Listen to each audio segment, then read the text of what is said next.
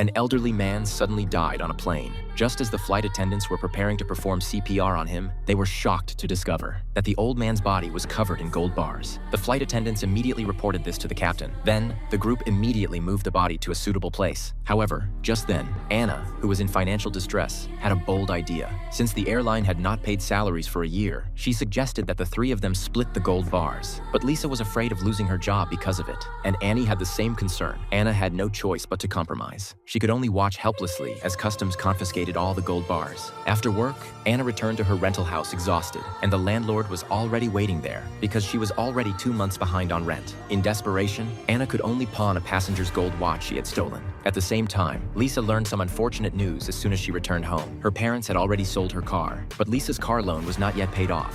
Alto क्यों भेजी?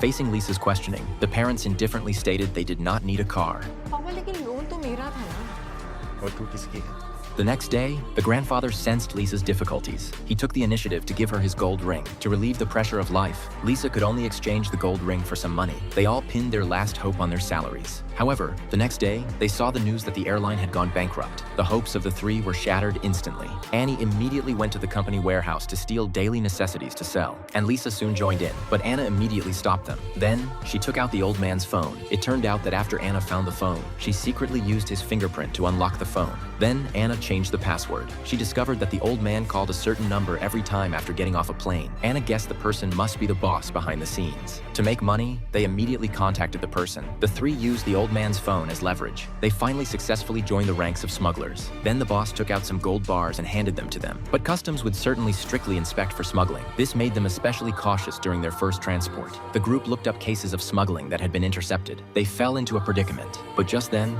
a chocolate ball suddenly gave them an inspiration. The group instantly had a bold idea.